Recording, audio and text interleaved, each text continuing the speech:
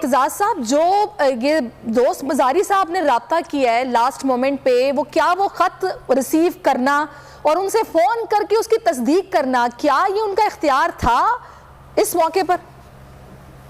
नहीं, इख्तियार तो था, तस्दीक तो उनको करना चाहिए थी, पर क्या ये मुनासिब तस्दीक है कि टेलीफोन पे आप बात करें?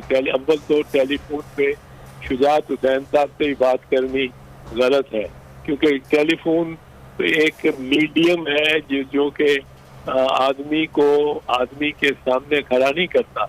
आप हलफ नहीं उठा के कह सकते कि यही आदमी था जिससे बात की। आप ये कह सकते हैं हलफ उठा के मैंने टेलीफोन पे एक ऐसे साहब से बात की जो अपने आप को शुजात हुसैन कहते हैं, लेकिन ये आप नहीं कह हलफ उठा के कह सकते कि हाजिर नाजिर जान के खुदा को मैं कसम खाता हूँ कि मैंने शुजात हुसैन से ही बात की।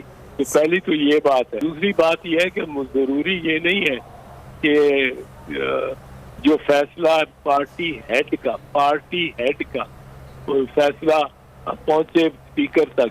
सबसे जरूरी है कि पार्टी हेड का फैसला पार्लियामेंटेरियन तक पहुंचे, एक पार्लियामेंटेरियन तक पहुंचे, और अगर उन तक नहीं पहुंचा तो बाकायदा सरकारी जराए से, ये नहीं कि अखबार में या टीवी पे सुन लिया, हर चैनल की मुख्तलिफ स्टोरी होती है, वो बाकायदा डाक के जरिए या चलो ईमेल के जरिए, पर बाकायदा A to B and A to B, C, A to D, A to E, A to F, वो हर एक को पहुंचे ये मरासला कि ये फैसला हुआ है। क्योंकि आप बड़ा सख्त कदम इकदाम उसके खिलाफ करने जा रहे हैं।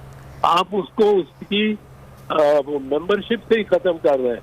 वो 6 महीने हुआ इलेक्शन लड़के आया हो और आप उसको मेंबरशिप से ही खत्म कर रहे हैं और उसको इतला ही नहीं दे रहे कि जी ये हुआ है। तो ये ज़ाब्ते के मुताबिक उसको इतला होनी पार्लियामेंटेरियन को बहुत जरूरी है, और पार्टी हेड की जानिब से या स्पीकर की जानिब से पार्टी हेड के आपस में राब्ता इतना जरूरी नहीं है।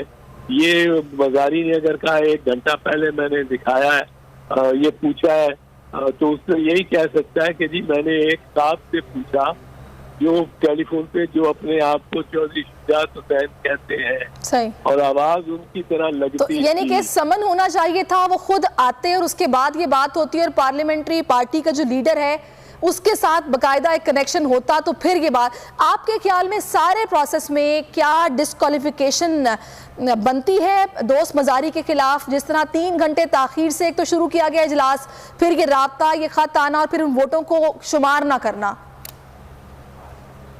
नहीं, इन पे रेफरेंस तो नहीं बनती। वोट ऑफ नो कॉन्फिडेंस हो सकता है, वो होता है जो पार्लियामेंट के फ्लोर पे ही होता है, किसी अदालत के सामने इसको लेके नहीं जाया जा सकता। स्पीकर को, डिप्टी स्पीकर को वो कहेगी कि जी आप फ्लोर पे फैसला करें, फ्लोर पे हो सकता है, पर ये एक नाकस फैसला जरूर है जिसमें नक्स है, और ऐसा नक्स है जिस नक्स की वजह से, और ऐसा सुकम है जिस सुकम की वजह से फैसला कलअदम है। ये फैसला कलअदम करार ही नहीं दिया जा सकता। ये फैसला है ही कलअदम, सिरे से ही एब इनिशियो वॉइड है।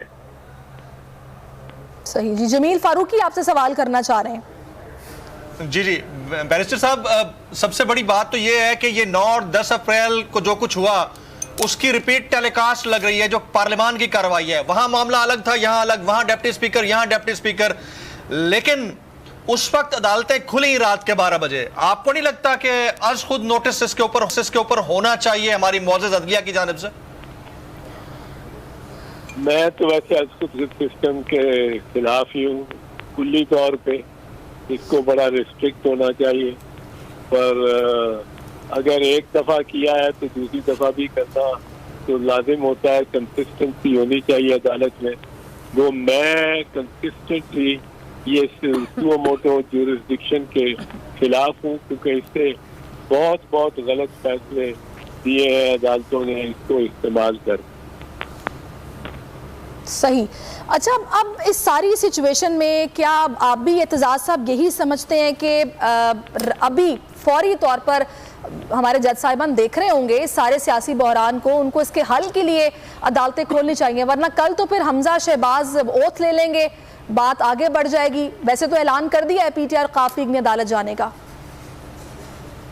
हाँ नहीं, पर ये मामलात होते हैं अमूमन ऐसे दिनों में जब आगे हफ्ता और इतवार आ रहा, और हफ्ता और इतवार अदालतें भी बंद होती हैं, आला अदालतें बंद होती हैं, और छोटी अदालतें भी इतवार को बंद होती हैं।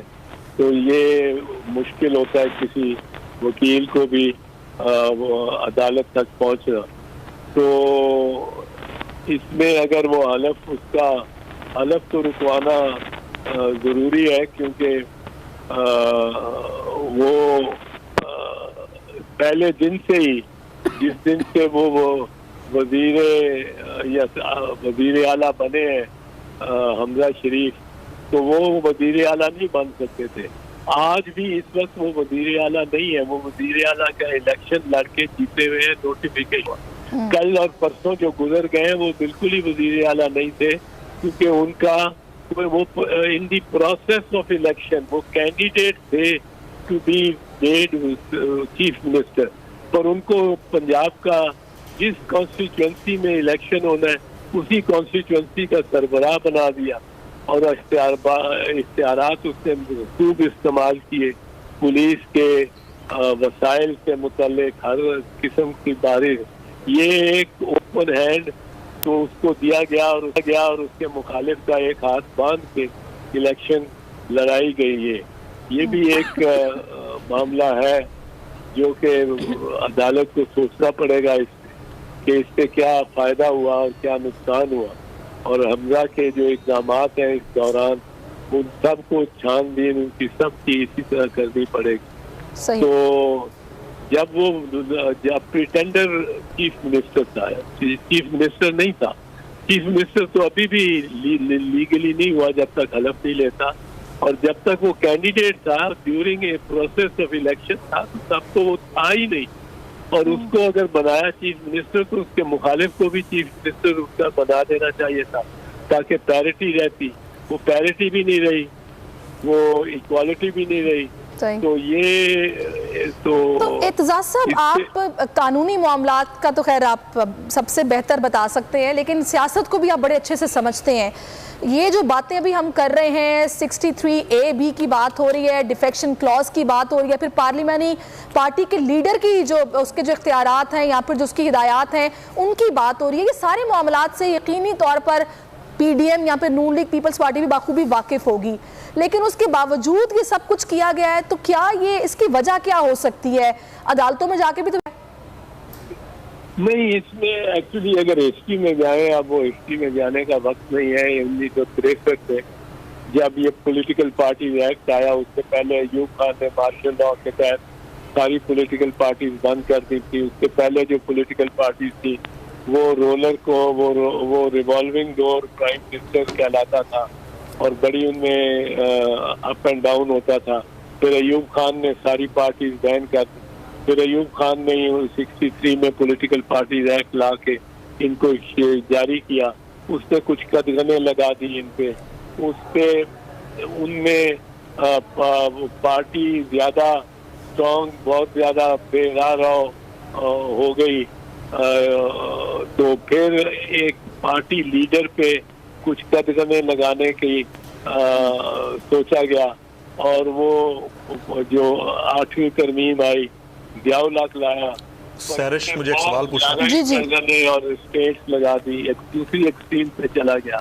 फिर इनको 17वीं तरमीम, 18वीं तरमीम, पर्टिकुलरली 18th अमेंडमेंट में बैलेंस आउट करने की कोशिश की गई कि हेड ऑफ पार्टी हेड और मेंबर ऑफ अ पार्टी के दरमियान कुछ प्रोसेसेस ऐसी हों कि जिनसे वो बेख्तियार किस्म का इख्तियार ना हो पार्टी हेड का भी on the members and office bearers of a political party. उसके बाद अब 2017 में आया है एक इलेक्शन एक्ट, जिसमें पार्टीज एक्ट को मदगम कर दिया गया है। और ये उसमें से है मसाइल। अब ये मसाइल निकलेंगे तो कुछ ना कुछ बैलेंस करने की कोशिश करेगा लेजिस्लेचर। ये तो एक कंटिन्यूइंग प्रोजेक्ट इन हैंड रहता है और वो रहेगा और रहना चाहिए। और पार्टी हेड के अच्छा एतजाज हसन साहब, एक बात एतजाज हसन साहब, ये आइन में इतनी पेचीदगियां तो नहीं है, मतलब आईनी पेचीदगियां सामने आ जाती है जी, फलां आर्टिकल क्या कहता है, फलां आर्टिकल क्या नहीं कहता है, इसका कानूनी हैसियत क्या, आईनी हैसियत क्या है। अब जैसा कि आप वाजे बता रहे हैं कि जी जो फैसला है आप उसको गलत करार दे रहे हैं, जो पार्टी सरबराह उसका फैसला नहीं बल्कि फैसला पार्लियामानी कमेटी का ही कबूल होगा, तो फिर यानी ये बात डिप्टी स्पीकर को भी पता होनी चाहिए थी। उन्होंने अगर आइन आके आर्टिकल 6 की खिलाफ वर्जी की है तो क्या उनके खिलाफ भी ये जो गद्दारी का मुकदमा है वो चलेगा, जैसा कि असद कैसर, कासिम सूरी, इमरान खान साहब के खिलाफ चलाए जाने का इरादा किया जा रहा है? नहीं, आर्टिकल 6 किसी पे भी नहीं चलता। ये मैं पहले भी कह चुका हूँ, ये किसी पे नहीं चलता। ये बिल्कुल बड़ा एक्सट्रीम पोजीशन पे चलता है। आइन की खिलाफ वर्जी हर रोज पाकिस्तान में 20,000 आइन की खिलाफ वर्जी होती है। हर डिप्टी कमिश्नर, हर पुलिस वाला, हर कमिश्नर, हर चीफ सेक्रेटरी, हर ये खिलाफ वर्जियां जो ऑर्डर अगेंस्ट द लॉ करते हैं, हाई कोर्ट से खिलाफ वर्जियां होती रहती हैं। वो खिलाफ वर्जियां होती हैं और सुप्रीम कोर्ट जब हाई कोर्ट के फैसले को सेट असाइड करता है तो वो कह रहा होता है कि तुम्हारा फैसला, आपका फैसला आइन के मुताबिक नहीं है, और उससे फांसी नहीं लगा देते आप हाई कोर्ट के जज को कि उसने आइन की खिलाफ वर्जी की है। उसपे जो सेशन जज फांसी की सजा देता है एक मुल्जिम को, कातिल के कत्ल के मुल्जिम को, वो अगर बरी हो जाए हाई कोर्ट से तो उसको सेशन जज को फांसी की सजा नहीं लगा देते कि आपने आर्टिकल 6 की वायलेशन की है और सुप्रीम को ये कॉन्स्टिट्यूशन की वायलेशन होगी।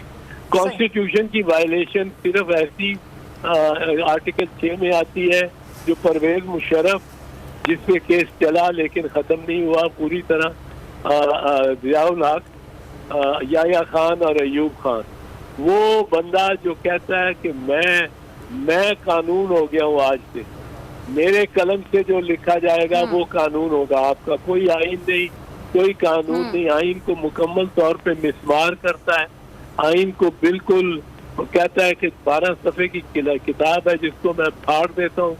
वो इस तरह की जो बातें करता है और उन पे अमल करता है, और तो फिर वो उस पे आर्टिकल 6 लगता है, हर किसी पे आर्टिकल बिल्कुल इतना आसान नहीं है ये। जमील फारूकी, आप भी सवाल करना चाह रहे हैं? जी बिल्कुल, मैं वैसे तो एतजाज हसन साहब लीगली या कॉन्स्टिट्यूशनली ये किसी भी पॉलिटिकल पार्टी का राइट है कि वो जिस सूबे में चाहे जिसके साथ चली जाए, वफाक में चाहे किसी के साथ भी चली जाए, लेकिन PMLQ के कंडक्ट के ऊपर क्या क्वेश्चन नहीं बनता कि वो फेडरेशन के अंदर PDM के साथ हैं और फिर वजीर आला के इंतखाब के लिए PTI को सपोर्ट करते हैं, और फिर उनका जो सरबराह है चौधरी शुजात साहब, वो इस सारी सिचुएशन में जरदारी साहब के साथ मिलकर फिर PDM को सपोर्ट करने की कोशिश करता है। मतलब इनके कंडक्ट के ऊपर भी तो कहीं कोई ना कोई लीगल इम्प्लीकेशंस आती होंगी ना वैसे साहब? नहीं, कानूनी नहीं आती, इखलाकी आती। बहुत सारी हमारी जो जिंदगी है, बहुत सारी हम इंसानों की जिंदगी, इस पे इखलाकी कदगने और रुकावटें आती हैं, कानूनी नहीं आती, और बहुत सारी ऐसी होती। तो ये इखलाकी तौर पे आप कह सकते हैं, किसी को अच्छा लगे किसी को बुरा लगे, लेकिन कानूनी तौर पे इससे कोई रुकावट नहीं है कि मैं एज ए जमात KP की में एक जमात के साथ अलायंस करूं और फेडरेशन में दूसरी के साथ और सिंध में तीसरी के साथ। ये तो अक्सर होता रहता है पार्लियामेंट्री डेमोक्रेसी में। अच्छा, ये भी बताएगा एतजाज साहब, ये जो अभी 10 मेंबर्स काफरी 40 सवाल हो गए हैं। अच्छा जी, मुझे दूसरे चले जी, बहुत शुक्रिया एतजाज साहब, बहुत शुक्रिया आपका, आपने अपना कीमती वक्त में दिया है। सब्सक्राइब करें और बेल दबाएं ताकि कोई खबर रह न जाए।